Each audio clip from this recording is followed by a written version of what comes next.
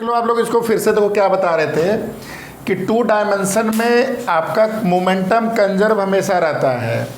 तो मोमेंटम जो कंजर्व है, अगर अब चूंकि इसको मैंने एक्स एक्सिस ले लिया है, इसको मैंने वाई एक्सिस ले लिया है, तो एक्स एक्सिस के डायरेक्शन में जो मोमेंटम है बिफोर कोलिजन आपका m1 u1 m2 v2,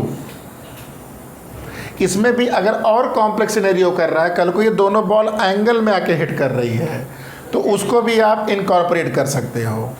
समझ में आया चीज़ है? बिफोर कोलिजन हो गया ये। आफ्टर कोलिजन मान लेते हैं, क्योंकि अगर तुम बिफोर कोलिजन भी बॉल को ले लोगे ना तो बड़े वेरिएबल होने वाले हैं, θ1 θ2, बाद में हिट करने के बाद θ3 θ4, तो इतना कॉम्प्लेक्स जनरली नहीं पूछा जाता आप लोग से, ठीक है। तो कोई एक स्पेशल केस, जैसे आपके बुक में बोला कि ये वैल्यू 0 है, तो एक स्पेशल केस है, जनरली स्पेशल केस से क्वेश्चन डिजाइन किए जाते हैं। आफ्टर कोलिजन बॉल एक ऊपर गई एक नीचे गई, θ1 एंगल θ2 एंगल, तो आपने क्या किया, इसका x कंपोनेंट, इसका आपने x कंपोनेंट, ठीक है। अब ये भी मैंने सहूलियत के लिए लिया है कि ये बॉल एकदम एंगल पे जा रही है। अब ये कैसे जा रही है मुझे नहीं पता है, कल को थीटा जैसे भी डिपेंड करेगा।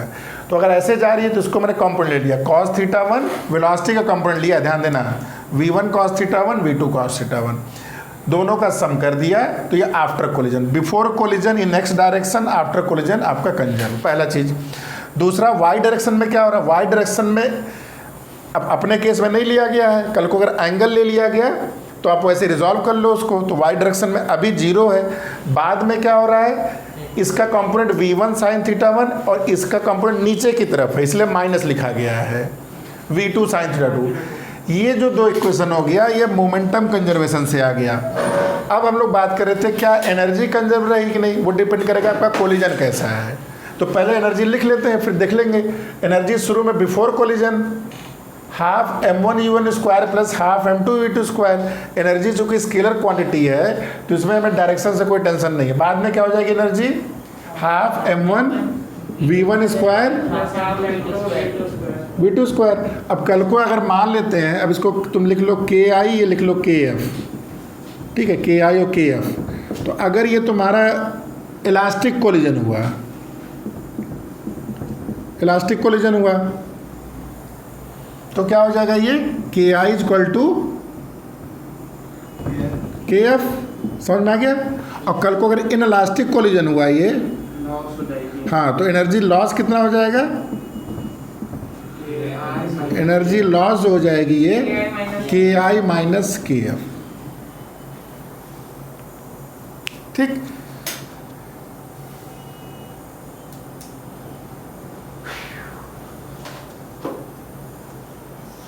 ठीक है, इसमें एक एग्जांपल दिया है 6.13, थोड़ा सा मैं बता दे रहा हूँ, लिख लीजिए सर। एग्जाम्पल एक बार 6.13, जो कि इसका लास्ट एग्जाम्पल है इस चैप्टर का।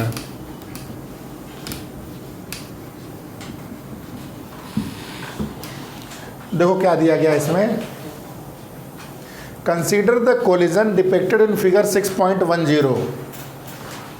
कहाँ है 6.10? हाँ, ठीक है, हाँ, तो आपको ऐसे फिगर बना दिया है।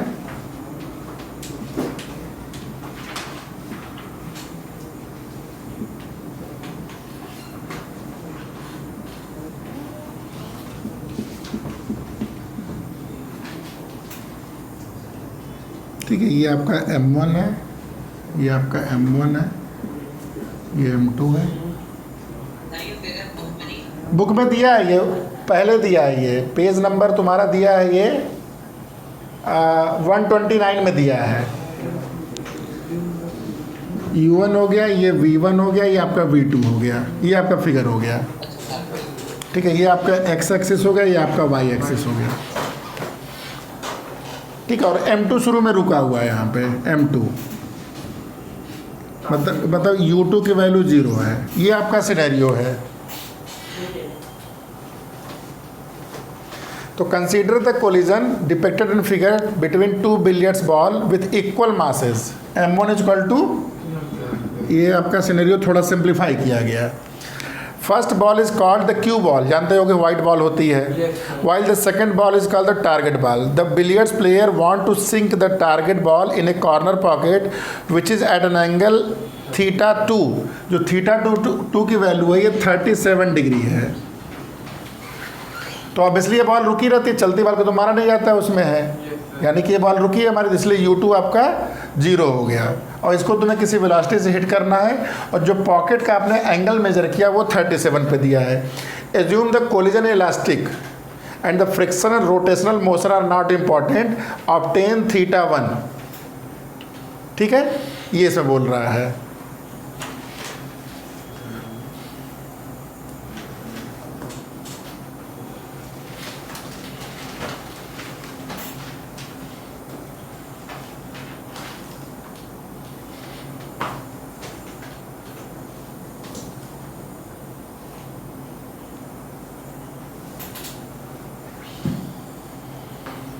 ठीक है, तो एक तो तुमसे अगर एनर्जी कंजर्वेशन लगा दो तो एक इक्वेशन बड़ा क्लियरली दिख रहा है हमको। कौन सा दिख रहा है? मास सबके बराबर है, तो अगर चूंकि इलास्टिक कोलिजन है ये, since it is elastic collision,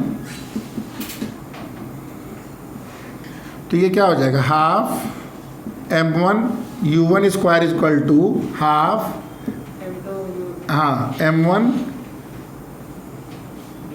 v1 square plus half m2 v2 square. Since m1 equal to m2, तो ये m1 और m2 हाफ हाफ हाफ, तो क्या बचेगा, ये u1 square equal to v1 square plus v2 square. ये आपका equation number 1 हो गया। ये आपका आ गया एनर्जी कंजर्वेशन से। ठीक है,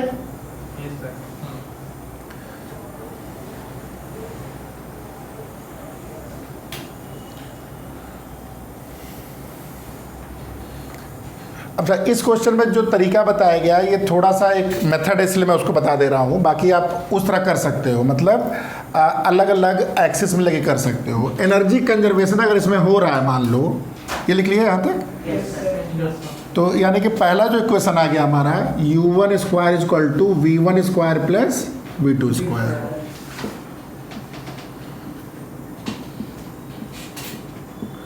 ठीक, मोमेंटम कंजर्वेशन। अब तुम एक्सेस बना लेके अगर मैं तुमसे बोलूँ वेक्टोरियली बताओ क्या मोमेंटम होगा, वेक्टोरियली में क्या होता है, हम लोग वेक्टर, मतलब वेक्टर में सब बात करते हैं। ठीक है, वेक्टर इनहेरेंटली तुम्हारा एक्सिस को टेक केयर करता है अंदर, क्योंकि वेक्टर में खुद ही अंदर डायरेक्शन होता है, आई जे के जो भी होता है। तो इसको अगर बोला जाए शुरू में m1 u1 vector initial momentum, समझ में आया, ये मोमेंटम PI हो गया। और बाद वाला मोमेंटम PF क्या है, m1 v1 vector plus m2। ठीक है, इसका मतलब m1 और m2 बराबर है, तो यहाँ से u1 जो वेक्टर हो गया ये v1 वेक्टर प्लस v2, ये वेक्टोरियली बराबर है। ये कल को इसी को हम लोग xy में तोड़ते हैं तो क्या हो जाता है, u1x v1x v2x सब ऐसा आकर के आ जाता है। तो ये आपका वेक्टोरियली हो गया। ठीक है, ठीक है, इसको मैं अगर स्क्वायर कर दो, तुम इसको स्क्वायर कर दो, या तुम समझो ऐसे करो कि डॉट, एक तुम लोग को बताया गया था प्रॉपर्टी डॉट प्रोडक्ट की, a डॉट बी क्या होता है आपका, mod A mod B cos theta. ठीक है, अगर कोई वेक्टर का खुद वेक्टर से खुद का मल्टीप्लाई होता है तो ये क्या हो जाएगा, मॉड ए कॉस थीटा। नहीं, खुद अपने वेक्टर का अपने से कितना एंगल बनेगा, 0, तो कॉस 0 कितना होता है, ये चीज़। तो अगर मैं तुमसे पूछूं यहाँ से u1 स्क्वायर, ये क्या है, मैग्नीट्यूड है, मतलब ये ऐसे समझो u1 तुम्हारा, इसको मैं इस चीज़ को इतने बार बार लिखने के बजाय ऐसे लिख दिया हूँ। तो u1 square is nothing but u1 dot, ठीक है, सही है। ये किसके बराबर है, v1 plus v2 dot v1 plus v2।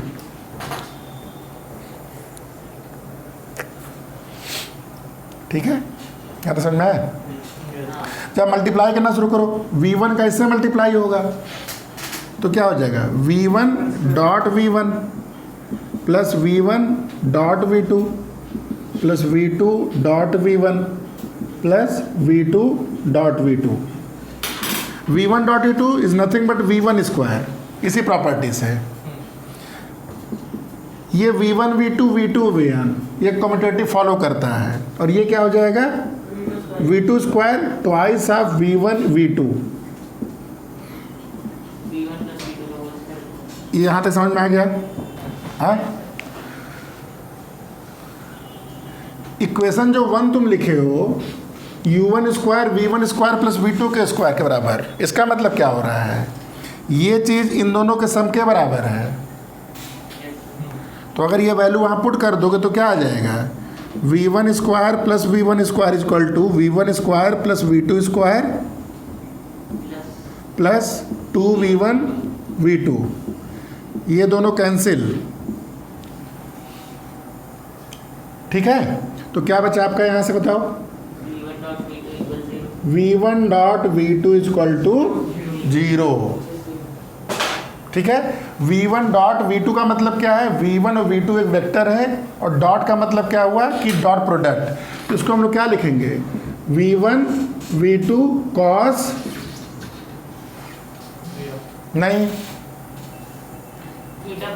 ए और बी का मतलब क्या है, ए और बी, थीटा क्या चीज होती है, इन दोनों के बीच का जो एंगल होता है। V1 और V2 के बीच का कितना एंगल है, theta 1 plus 37। Clear, theta 1 plus 37 equal to 0। ये स्केलर है, ये स्केलर है, ये 0 है नहीं, तो क्या हुआ, cos theta plus 37 equal to 0। इसका मतलब ये अभी 37 मत रखो, देखो यहाँ से एक नया कॉन्सेप्ट निकल रहा है जो ऑब्जेक्टिव क्वेश्चन के लिए है, theta 1 plus theta 2, theta 1 plus theta 2, यानी कि थीटा 1 प्लस थीटा 2 क्या आ रहा है, नहीं, ये बहुत बड़ा एक तरह से कंक्लूजन निकल रहा है कि इलास्टिक कोलिजन में जब भी बॉल हिट करती है तो जो दोनों बॉल सेपरेट आउट होती है वो आपस में 90 डिग्री बनाती है। सर इसमें हमने V1 V2 क्यों हटा दिया? क्योंकि ये स्केलर क्वांटिटी है ना। सुनो सुनो सुनो सुनो सुनो 3 into 4 into Y equal to 0 है, तो इन तीन चीज को मल्टीप्लाई करके 0 कैसे आ सकता है, अब मैं कल को लिख दिया x है y है z इक्वल टू 0 है, और मैं बोल दिया हूँ कि ये 0 नहीं है, तो इसका मतलब कौन 0 है, तो ये V1 V2 तो वेलोसिटी है, तो ये नॉन जीरो क्वांटिटी है, तो कौन 0 बचा, ये 0 बचा, इसी को 0 लिख दिया। ठीक, तो यहाँ से क्या कंक्लूजन निकला कि जब भी इलास्टिक कोलिजन होगा तो दोनों के बीच में 90, तो ये बहुत ही बोल्ड लेटर में इसको लिखिएगा, ठीक है, क्योंकि ये कहीं ऑब्जेक्टिव यहाँ से बन जाएगा, तो आपको निकालना नहीं है एग्जाम में।